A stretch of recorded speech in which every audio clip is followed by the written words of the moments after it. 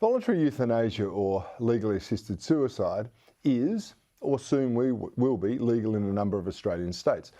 Places like Queensland and South Australia, they've already passed legislation and it's set to commence in 2023, while places like Victoria and Western Australia already have active processes in place.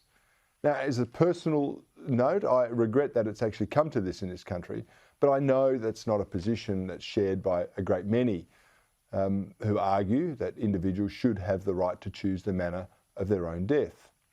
My issue is that while there's always a compassionate justification, experience shows that once the door is ajar, all manner of exceptions are allowed actually through it.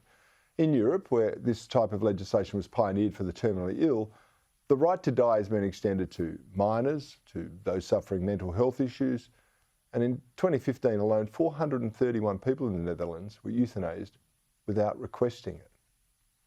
Now, of course, that won't happen here. We're told that all the time. The slippery slope is a fallacy, except that it's not. You see, in Canada, where the right to medical assistance in dying, it's known as the MAID Act, became legal in 2016. And last year, the MAID process accounted for 10,064 deaths. It's around 3.3% of all Canadian deaths. But now the government there has relaxed the requirements to make it available to more people who want to die. These include those suffering from a condition that was, quote, intolerable to them and could not be, quote, relieved under conditions they consider acceptable. Next year, it's set to be available to include the mentally ill and mature minors.